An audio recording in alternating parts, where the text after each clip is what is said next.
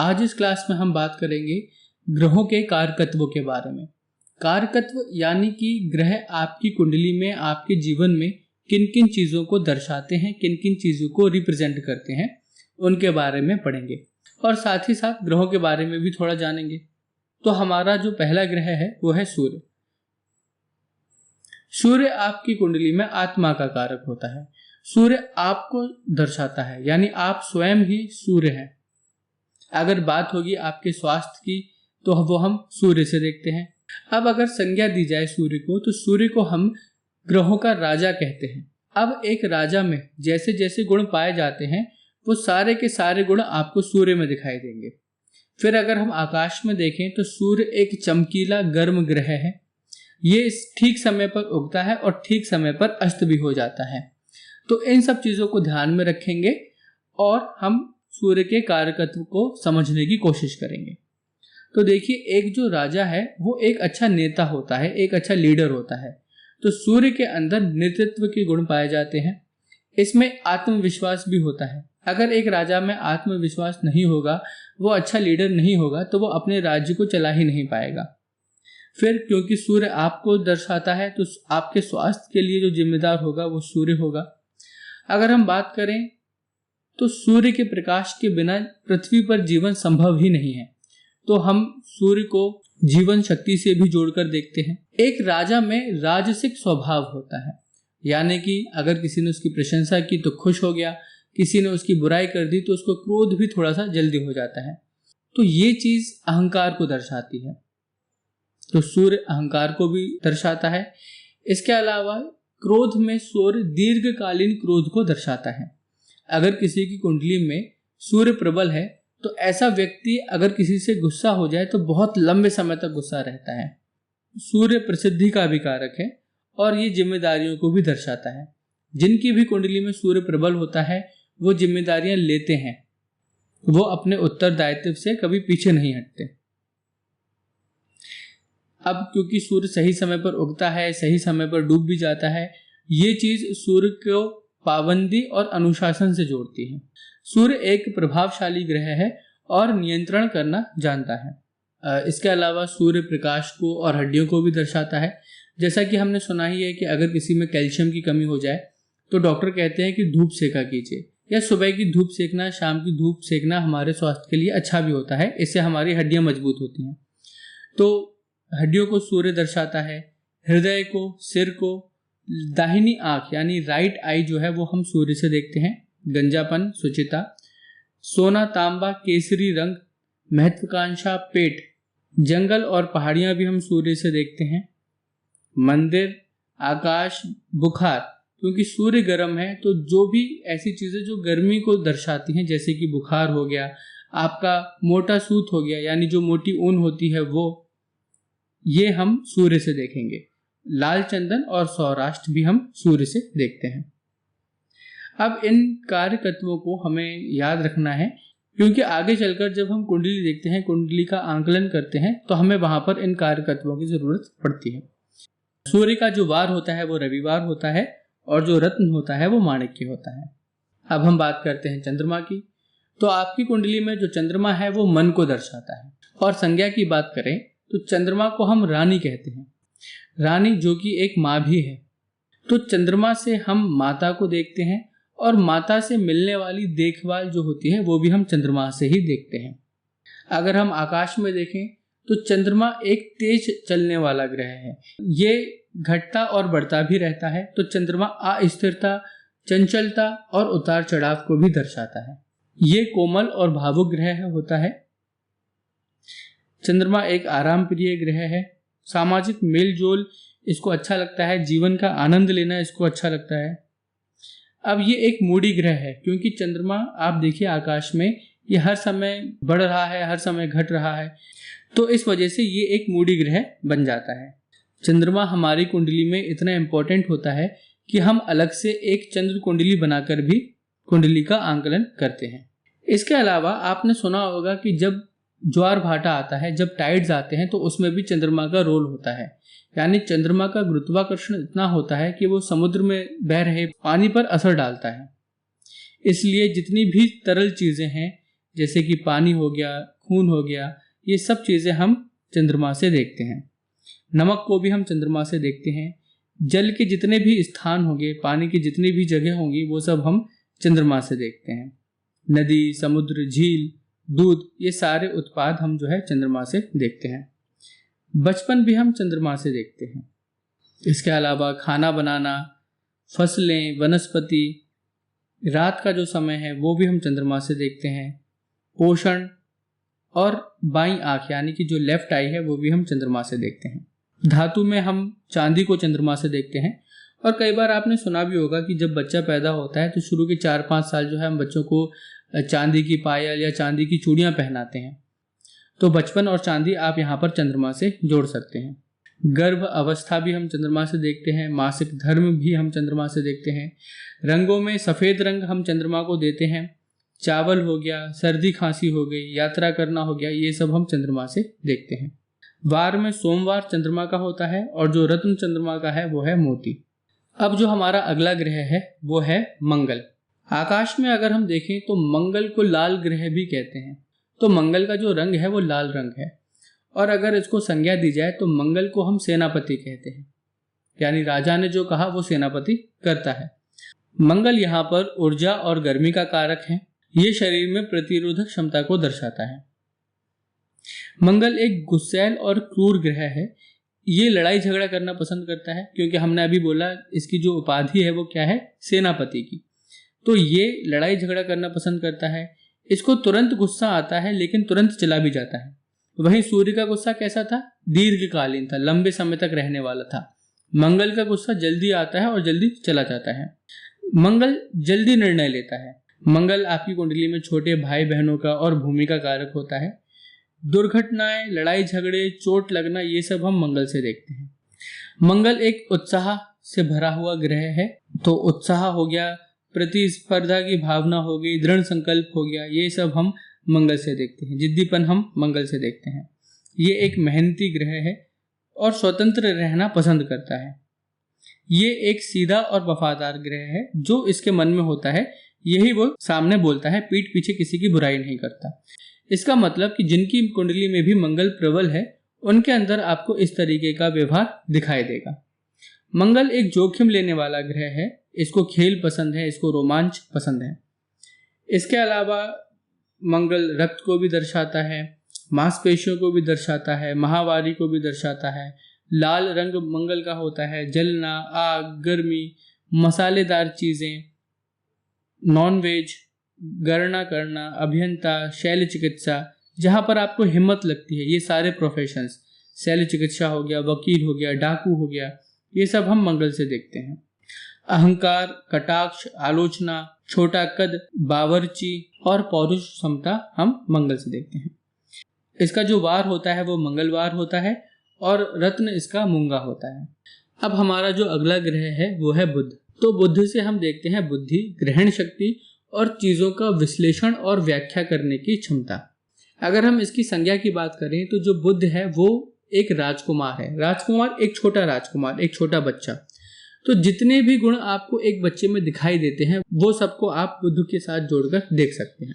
जैसे कि एक बच्चा होता है, उसमें नई नई चीज़ें सीखने की जिज्ञासा होती है, तो आप जिज्ञासा को बुध के साथ जोड़कर देख सकते हैं। वो नए नए सवाल करता है, तो सीखने की जो क्षमता है वो आप बुध के साथ जोड़कर देखिए। बुध एक अच्छा छात्र होता है, ये चीज़ें सीखना चाहता है। इसके अलावा बच्चे तर्क भी करते हैं कि ये चीज़ ऐसे काम क्यों करती है, ये ऐसा क्यों है। तो जो तार्किक शक्ति है ये भी हम बुध से देखते हैं।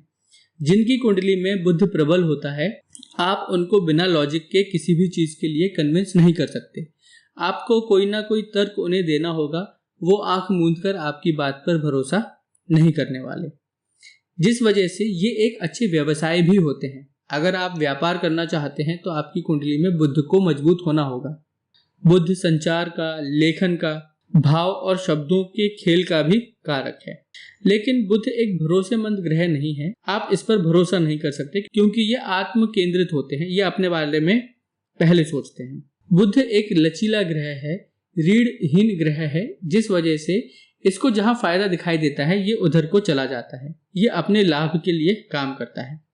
लेकिन बुध के व्यक्तियों में सेंस ऑफ ह्यूमर अच्छा होता है, ये दूसरों को हंसाना अच्छी तरीके से जानते हैं, ये पार्टी की जान होते हैं ऐसे लोग। बुध से हम त्वचा भी देखते हैं, मस्तिष्क भी देखते हैं, सपने, सट्टा, स्टॉक मार्केट, गणित का जो एनालिटिकल पार्ट होता है, जो व्यवहारिक भाग होता है, वो हम बुध से देखते हैं। कौशल, हरा रंग, पेड़ पौधे, हरी घास, पार्क जैसी चीजें हम जो है बुध से देखते हैं। किन्नर, बच्चे, पक्षी, मूर्तिकार, हरी मूंग की दाल, ये भी हम बुध से देखते हैं। इसका जो वार होता है ये बुधवार होता है और जो रत्न होता है ये पन्ना होता है। अब हमारा जो अगला ग्रह है वो है गुरु। गुरु ज्ञान का कारक होता है। गुरु को हम बृहस्पति भी बोलते हैं। तो जो बृहस्पति है ये देवताओं के गुरु हैं। तो जो गुरु है वो ज्ञान का कारक है। ये अपनी बातों को तथ्यों के साथ दर्शा सकते हैं, इसलिए इनमें वकालत और परामर्शिता यानी कंसल्टेशन करने की जो क्षमता होती है वो इनमें ज्यादा होती है। अगर हम कार्यकर्तव्य की बात करें तो गुरु गुरु ही कहलाता है। बृहस्पति को हम गुरु कहते हैं। तो एक गुरु के, एक अच्छे ऋषि मुनि के जो गुण होते हैं वो आपको इसके अंदर दिखाई देंगे। जैसे कि गुरु एक सात्विक ग्रह है क्योंकि इसके अंदर बहुत ज्यादा ज्ञान है और ज्ञान अपने साथ अहंकार भी लेकर आता है, तो इसके अंदर आपको ज्ञान और दंभ भी दिखाई देगा। ये चाहते हैं कि दुनिया इनका आदर सम्मान करे। जिनकी कुंडली में गुरु बली होता है वो अच्छी तरीके से पढ़ा सकते हैं। बुध एक अच्छा छात्र है और गुरु एक अच्छा टीचर, एक अच्छा शिक्षक होता है। गुरु बड़प्पन और बड़े भाई का कारक होता है। इनको जिम्मेदारियां उठाना अच्छा लगता है, लेकिन इनको अपने विचार प्रस्तुत करने में परेशानी आती है, यानी कि ये अपने विचारों को ठीक ढंग से रख नहीं पाते दूसरों के सामने। गुरु एक धीमा चलने वाला ग्रह है, इसलिए ये विस्तार और स्थिरता को दर्शाता है। ये मोटापे को और कैंसर को दर्शाता है। गुरु से हम वेद, शास्त्र, पुराणों को देखते हैं। पत्नी की कुंडली में पति का कारक जो है वो गुरु होता है। गुरु आपकी समाज में एक बड़ी छवि बनाता है। गुरु पीला रंग, बैंक, खजाना, लॉकर, भारी और वजनदार चीजें, वेद, पुराण, शास्त्र, मोटापन, आस्था, भक्ति, दान, कानून, सही और गलत की पहचान, ये सब हम गुरु से देखते हैं। इसके अलावा तुअर की दाल हो गई, बड़े अधिकारी हो गए, गुरुजन हो गए, या जो कफ प्रवृत्ति होती है, संस्कार होते हैं, ये हम गुरु से देखते हैं। इसका जो वार होता है वो गुरुवार होता है और जो रत्न होता है वो पुखराज होता है। अब हम बात करते हैं शुक्र की। शुक्र सुंदरता और आकर्षण का कारक है। जो शुक्र है ये दैत्यों के गुरु शुक्राचार्य हैं। तो शुक्र के अंदर ज्ञान भी होता है, मगर ये जो ज्ञान होता है ये व्यवहारिक ज्ञान होता है। शुक्र लोगों के साथ लगाव, बंधन और स्नेह का कारक है। शुक्र में रचनात्मकता और कलात्मकता की प्रवृत्ति होती है। शुक्र विवाह में पति पत्नी के बीच के प्रेम को दर्शाता है, उनके बीच के लगाव को दर्शाता है। शुक्र सुख का कारक है। शुक्र नाच गाने को, गीत को, संगीत को दर्शाता है। शुक्र भी एक स्व केंद्रित ग्रह है, ये अपने बारे में पहले सोचता है। गुप्त रोगों को, स्त्री रोगों को भी हम शुक्र से ही देखते हैं। सफेद रंग हो गया, फूल हो गया, सुंदर आंखें हो गई, घुंघराले बाल, शयन कक्ष, इच्छाएं, गाना, हीरा, गहने, व्यवसाय, ये भी हम शुक्र से देखते हैं।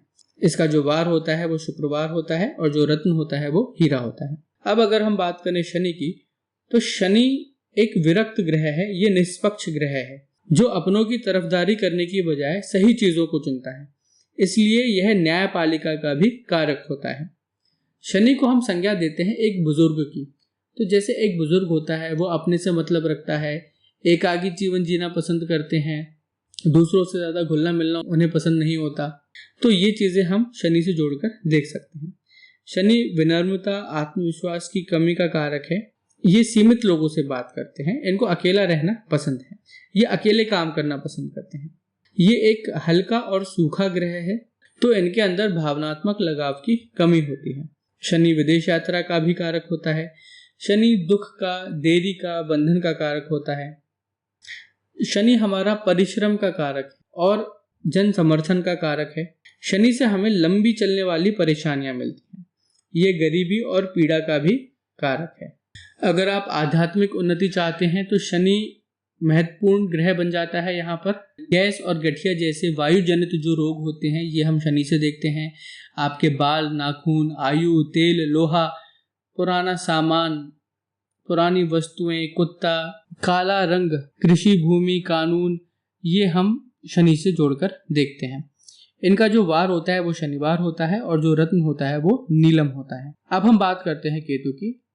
जैसा हम जानते हैं कि केतु का सिर नहीं होता, केवल धड़ होता है, केवल निचला हिस्सा होता है।